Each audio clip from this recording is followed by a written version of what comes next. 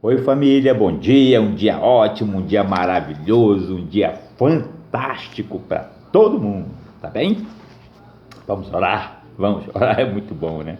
Eu gosto muito de entrar na presença de Deus e conversar com Ele. Pai, sou eu, Pai, teu filho, Thales Vicente Ferreira.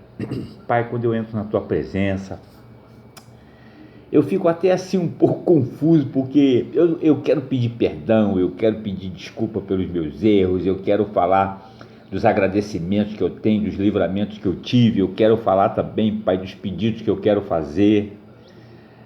Pai, é como uma criança que eu me sinto, não sei explicar, mas eu quero, Pai, te agradecer tanto, porque um dia o Senhor tocou meu coração, e agora eu estou aqui, todo feliz na tua presença. O Senhor me achou, Pai. O Senhor me achou no meio de uma multidão tão grande. Que coisa boa. Muito obrigado, Pai. Quero também pedir perdão, porque eu sei que eu sou muito rebelde, eu sei que eu faço muitas coisas que às vezes o Senhor não gosta.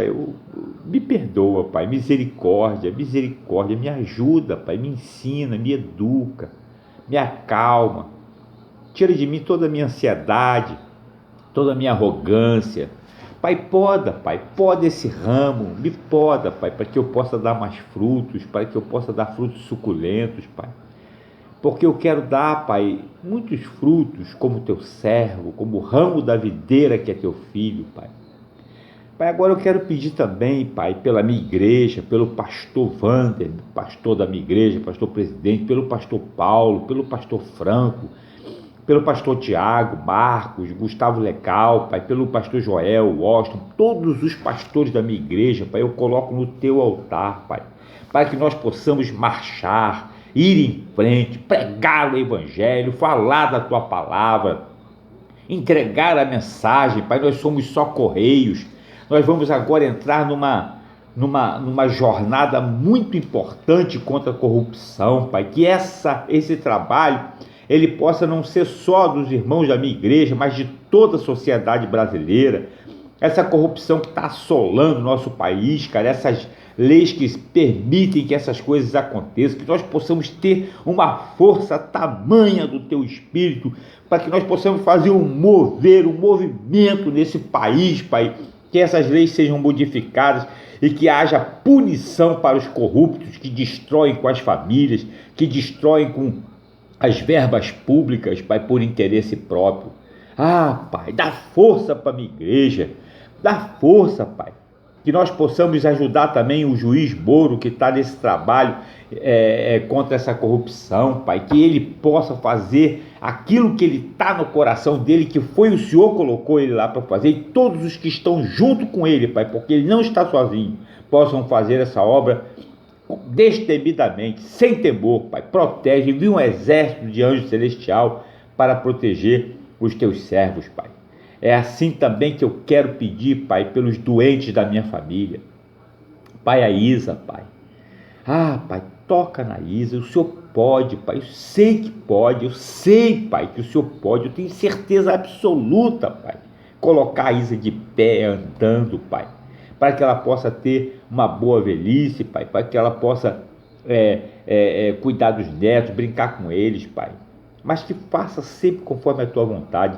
Se não for da tua vontade curar, que pelo menos encha o coração dela de paz, da família dela de paz. A Reginão também, Pai. Pai, a Jurema, tira a ansiedade. Ela é uma cristã, ela é uma serva tua, Pai. Eu sei que ela acredita nesse negócio aí, mas, Pai, que ela possa ser tocada por ti de uma forma tão maravilhosa, Pai, teu Espírito Santo, porque ela tem tudo, Pai. Ela é inteligente, ela é pedagoga, ela conhece tanta coisa de filosofia, de sociologia, da própria Bíblia, Pai. Mas que ela possa, Pai, pregar o teu evangelho como tua serva, uma entregadora de mensagem. A pessoa numa escola bíblica dando aula, Pai, que beleza, Pai, que maravilha. Toca também no coração da Jandira, Pai. E que nós possamos, Pai, na nossa família, nos relacionarmos sem nos espetarmos tanto, Pai. Para que tanto espinho? Para que usar os espinhos, a agressividade, Pai? Onde está o amor, Pai?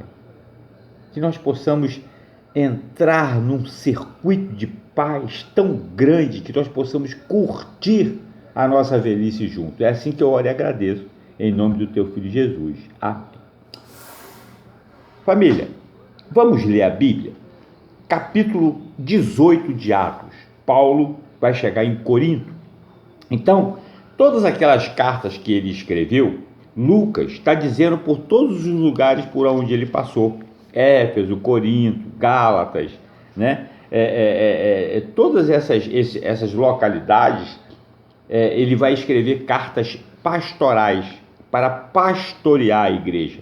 Tem as cartas pessoais para Timóteo, para Tito, né?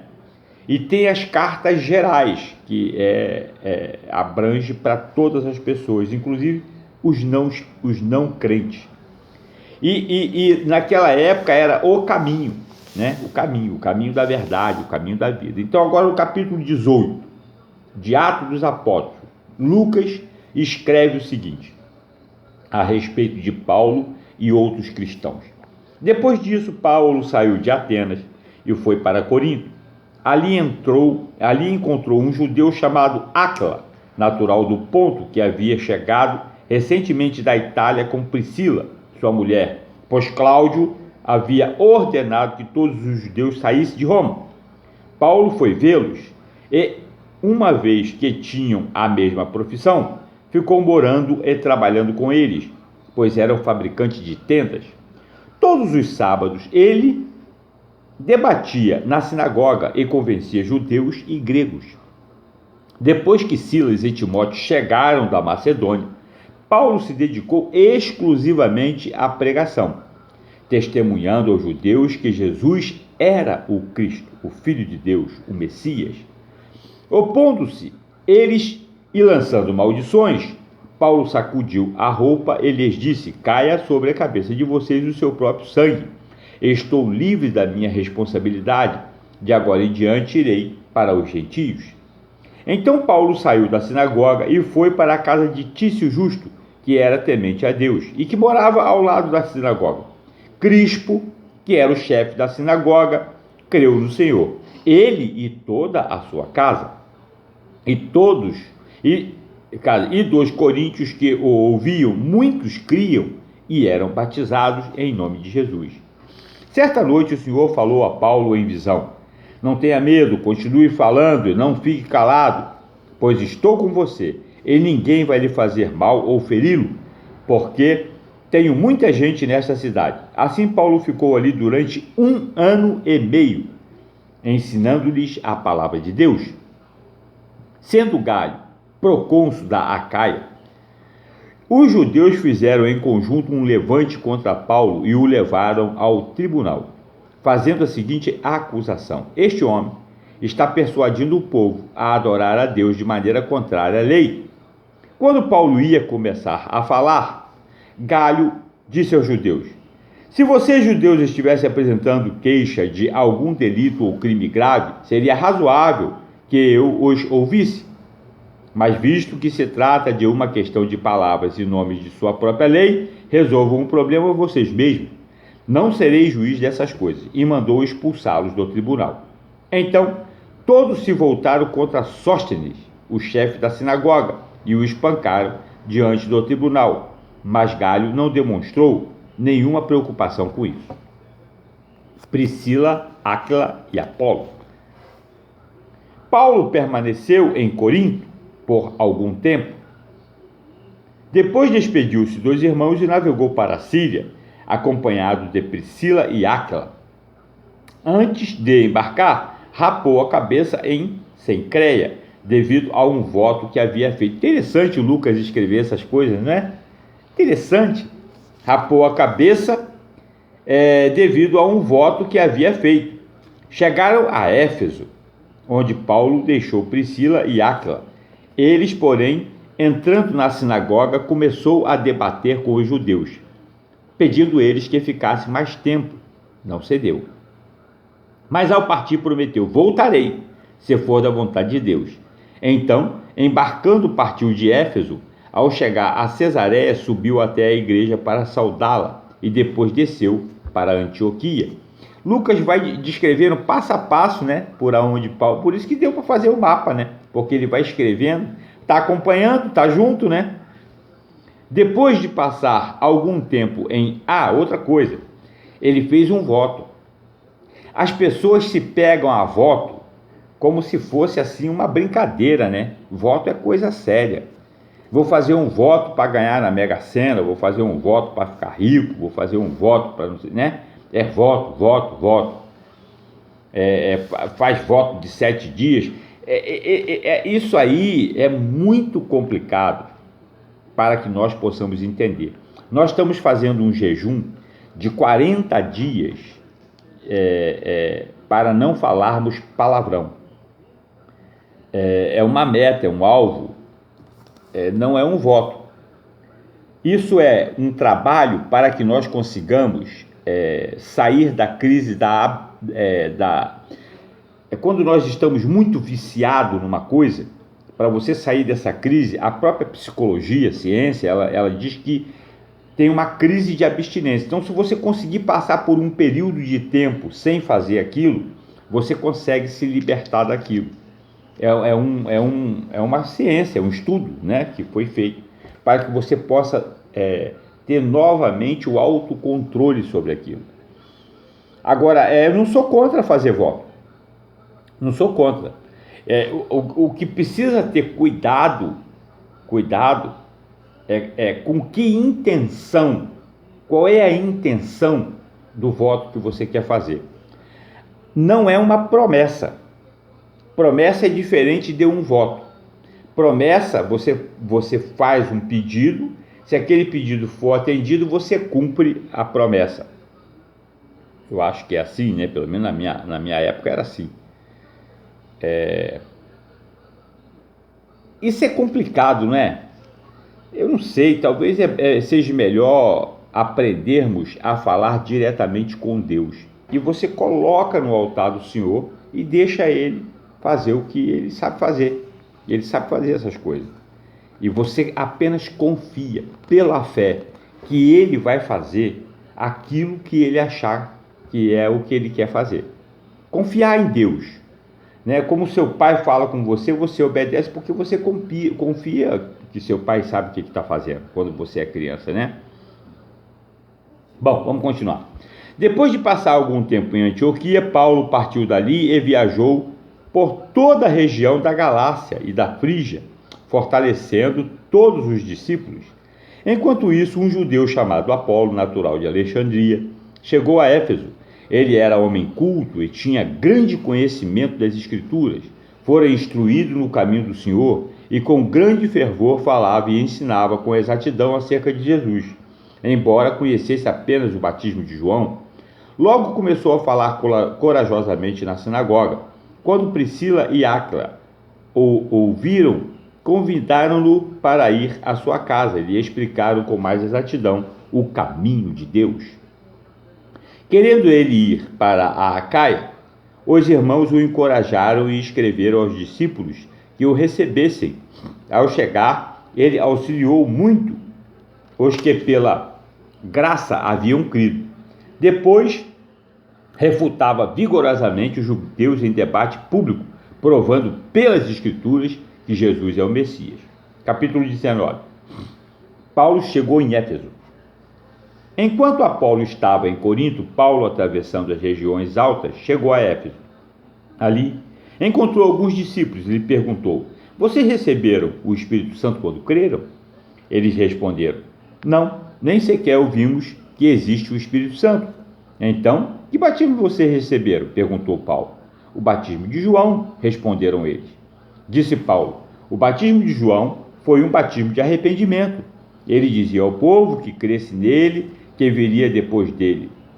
Cresce naquele que viria depois dele. Isto é, em Jesus. Ouvindo isso, eles foram batizados no nome do Senhor Jesus. Quando Paulo lhes impôs as mãos, veio sobre eles o Espírito Santo e começaram a falar em línguas e a profetizar. Eram ao todo uns 12 homens. Paulo entrou na sinagoga e ali falou com liberdade durante 3 meses. Lucas vai colocando até as datas, negócio engraçado isso. Argumentando convincentemente acerca do reino de Deus, mas alguns deles se endureceram e se recusaram a crer. e começaram a falar mal do caminho. Diante da multidão, Paulo então afastou-se deles, tomando consigo os discípulos, passou a ensinar diariamente na escola de Tirano.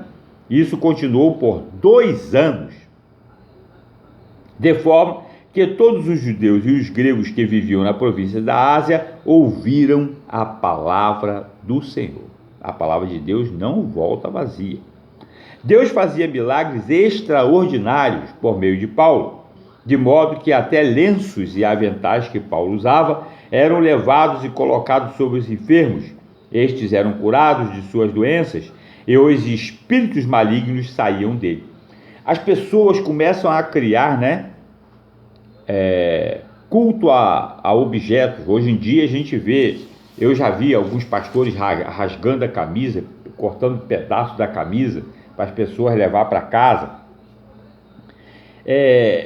As pessoas têm tendência a se pegar a isso. Se pegue só a Jesus, só a Deus,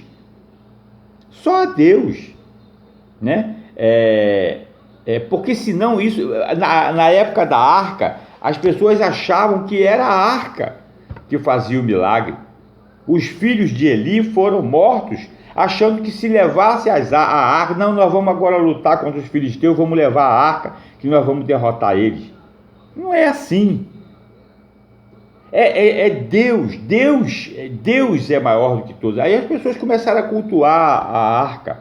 Quando levantou a serpente de ouro no deserto, a serpente de bronze, para poder salvar as pessoas da picada das víboras, que as pessoas tinham que olhar para cima do madeiro. Hoje em dia, você tem que olhar para cima do madeiro para ver Jesus. Quando você olha para Jesus e confessa que Jesus é o Senhor, você é salvo da morte, da picada, do veneno da serpente. Naquela época, no deserto, Deus mandou fazer a serpente de bronze para que as pessoas olhassem para o alto e pediam misericórdia, e eles ficavam curados da picada da serpente do deserto. Aí as pessoas começaram a adorar a serpente de bronze. Aí Deus colocou no coração, e Josias, se eu não me engano, destruiu aquela serpente. Eu não tenho certeza, não lembro agora, não vou procurar aqui porque nós vamos perder tempo. Esse negócio de querer adorar alguma coisa que você pega, que você vê, é complicado, não é? Eu acho isso muito complicado. Alguns judeus que andavam expulsando o espírito, o espírito maligno tentaram invocar o nome do Senhor Jesus sobre os endemoniados. A gente vê isso acontecendo também, né?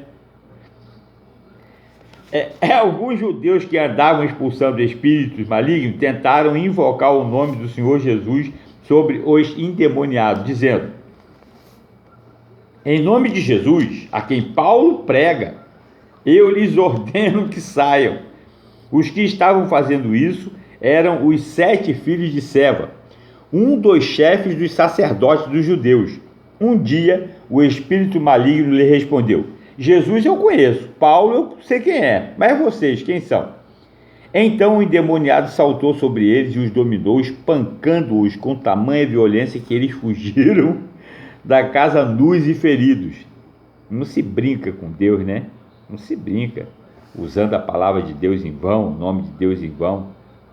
Quando isso se tornou conhecido de todos os judeus e gregos que viviam em Éfeso, todos eles foram tomados de temor, e o nome do Senhor Jesus era engrandecido.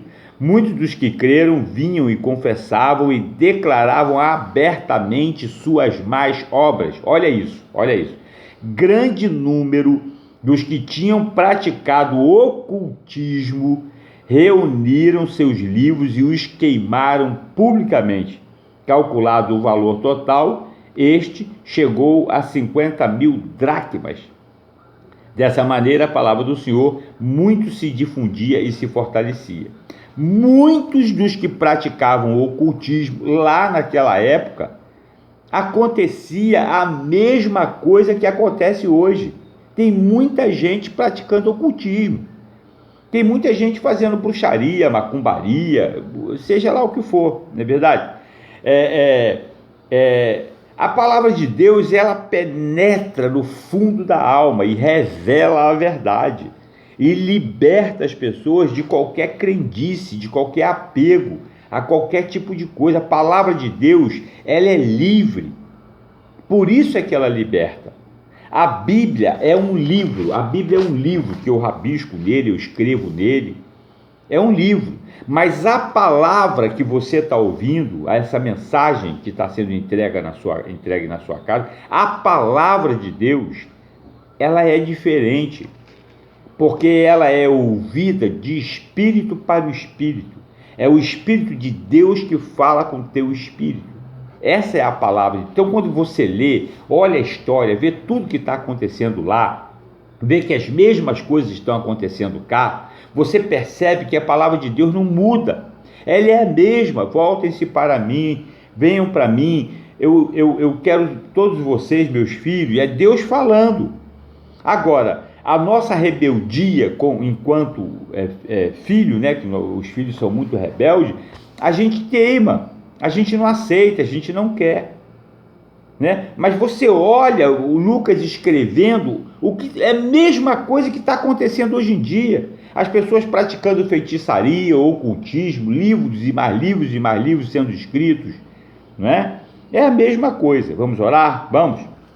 Pai, que a tua palavra não volte vazia, que ela cumpra, Pai, aquilo para qual ela foi designada. Que toque no coração dos meus familiares, dos internautas, de quem assistir esse vídeo, Pai.